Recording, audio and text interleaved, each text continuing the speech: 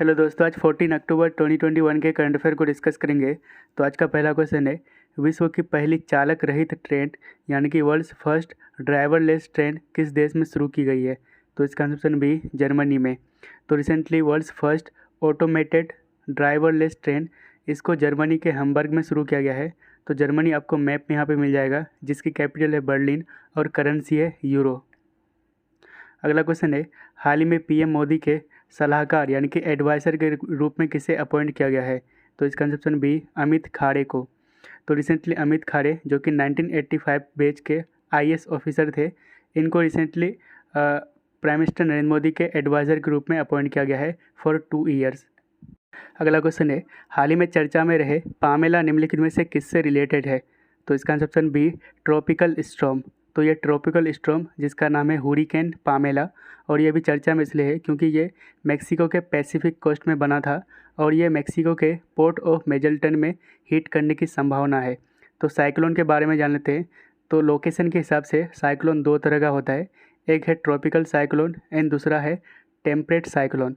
तो tropical cyclone ये tropic of cancer and tropic of capricorn के बीच मतलब होता है।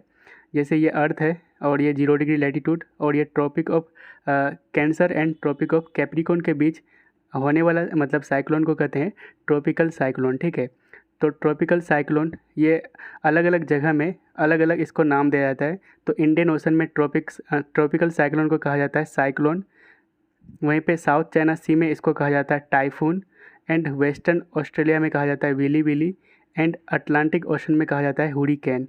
तो ये हुरिकेन जिसका नाम है पामेला, ये मेक्सिको के कोस्ट में मतलब उत्पन्न हुआ था और ये माजल्टन पोर्ट में टकराने की संभावना बताया जा रहा है। अगला क्वेश्चन है, हाल ही में किस राज्य के करूपपुर कलमकारी पेंटिंग को जीआई टैग मिला है? तो इसका आंसर ए, तमिलनाडु के। तो रिसेंटली तमिलनाडु के Karuppur Kalamkari painting and Kallakurichi wood carving यानी कि कल्लाकुरिची लकड़ी की नक्काशी को जीआई टैग मिला है, और ये किस राज्य से हैं? तो तमिलनाडु से। और ये दोनों आर्ट्स फॉर्म जो कि इसका नेचर है वो है ट्रेडिशनल नेचर का, और ये कलमकारी पेंटिंग को कॉटन क्लॉथ में बनाया जाता है यूजिंग पेंट्स एंड ब्रशेस। तो इसका कलर मतलब जो कलमकारी पेंटिंग में जो कलर यूज़ किया जाता है वो जनरली होता है black, red, yellow and pale blue. अगला क्वेश्चन है, हाल ही में FIFA under 17 women's world cup India 2020 के ऑफिशियल मैस्कट किसे बनाया गया है? तो इसका आंसर बी, ईवा को। तो recently FIFA under 17 women's world cup India 2022 के ऑफिशियल मैस्कट बनाया गया है ईवा को, और ये ईवा ये एक एस्थेटिक लाइनेस है जो रिप्रेजेंट करता है वुमेन पावर को, और इसको अनवील किया गया था फीफा के द्वारा। और ये टूर्नामेंट कब होगा? तो ये टूर्नामेंट इंडिया में 2022 के 11 अक्टूबर को शुरू होंगे और ये 30 अक्टूबर तक चलेंगे। अगला क्वेश्चन है, संकल्प ग्लोबल समिट 2021 निम्नलिखित में से किसकी एक इनिशिएटिव है? तो इसका आंसर सी, इंटेल कैप के। तो 13 edition of Sankalp global summit 2021, और ये दुनिया का one of the world's largest inclusive development platform है, और ये इनिशिएटिव है किसका? तो इंटेल कैप का। इंटेल कैप ये एक एडवाइजरी बॉडी है आविष्कार ग्रुप का, और ये आविष्कार ग्रुप एशिया एंड अफ्रीका में बिजनेस को बिल्ड करने के लिए काम करता है। और इस संकल्प ग्लोबल समिट 2021 में 200 से अधिक ग्लोबल स्पीकर मतलब भाग लेंगे, जिसमें से इंडिया से Nobel prize winner Kailash Satyarthi भी इसमें शामिल होंगे। अगला क्वेश्चन है, हाल ही में देश के मेंटर प्रोग्राम निम्नलिखित में से किस यूटी या फिर स्टेट में लॉन्च किया गया है? तो इसका आंसर ए, दिल्ली में।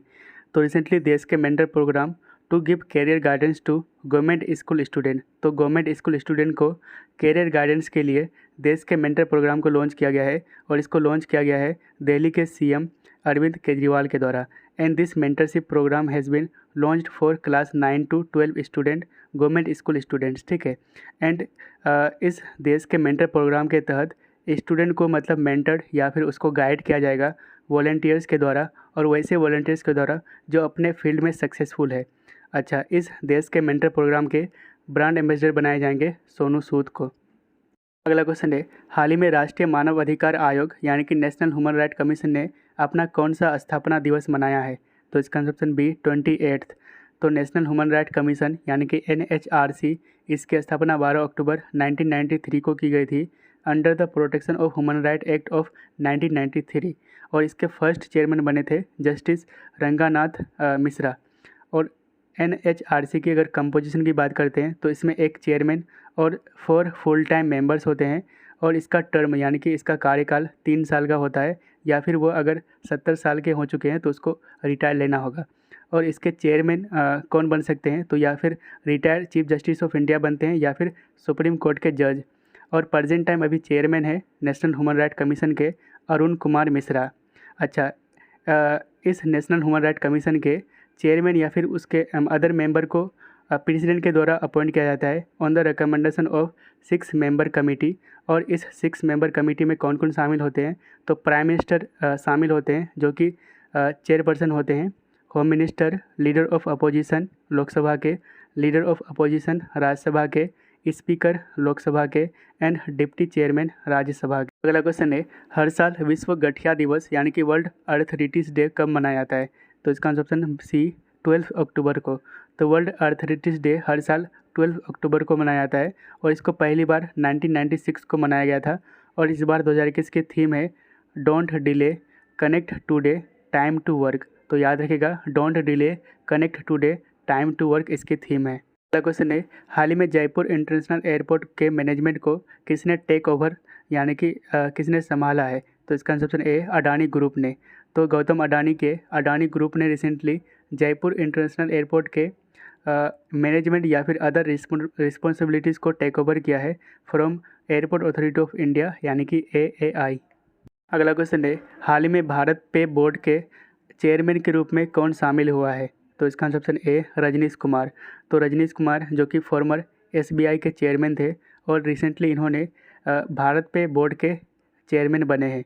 तो भारत पे ये एक फिनटेक यानी कि फाइनेंशियल टेक्नोलॉजी कंपनी है और इसके चेयरमैन मतलब इसके बोर्ड के चेयरमैन बनाए गए हैं रजनीश कुमार को। तो रिसेंटली रजनीश कुमार की एक बुक चर्चा में था जिसका नाम है द कस्टोडियन ऑफ ट्रस्ट। तो याद रखिएगा, द कस्टोडियन ऑफ ट्रस्ट ये बुक लिखी गई है रजनीश कुमार के द्वारा। अगला क्वेश्चन है, अंतर्राष्ट्रीय बालिका दिवस यानी कि international day of girl child कब मनाया जाता है, तो इसका ऑप्शन ए 11 अक्टूबर को। तो हर साल international day of girl child 11 अक्टूबर को मनाया जाता है और इसका एम होता है to raise awareness about gender equality and girls rights. और इसको पहली बार 2012 में सेलिब्रेट किया गया था और इसकी 2021 की थीम है digital generation our generation. Digital generation and our generation इसकी थीम है।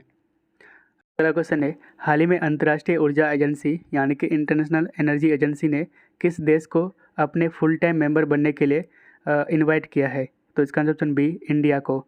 तो IEA यानी कि इंटरनेशनल एनर्जी एजेंसी ने रिसेंटली अपने फुल टाइम मेंबर बनने के लिए इंडिया को इनवाइट किया है। तो IEA ये एक ऑटोनोमस इंटर गवर्नमेंटल ऑर्गेनाइजेशन है और इसकी स्थापना 1974 को की गई थी और इसकी हेडक्वार्टर है फ्रांस की राजधानी पेरिस में। और प्रेजेंट टाइम इसके मेंबर है जो कि फुल टाइम परमानेंट मेंबर है वो है 30। अगला क्वेश्चन है, हाल ही में किस एयरलाइन को नागरिक उड्डयन मंत्रालय यानी कि सिविल एविएशन मिनिस्ट्री से NOC यानी कि नो ऑब्जेक्शन सर्टिफिकेट मिला है, तो इसका ऑप्शन बी आकाशा एयरलाइंस। तो आकाशा एयरलाइन जो कि राकेश झुंझुनवाला का एयरलाइन है और इसको रिसेंटली नो ऑब्जेक्शन सर्टिफिकेट मिला है यानी कि NOC और ये अगले साल 2022 में चालू होगा। और ये मतलब NOC किससे मिला गया है, तो मिनिस्ट्री ऑफ सिविल एविएशन से इसको मिला है और प्रेजेंट टाइम इसके मिनिस्टर है ज्योतिरादित्य सिंधिया।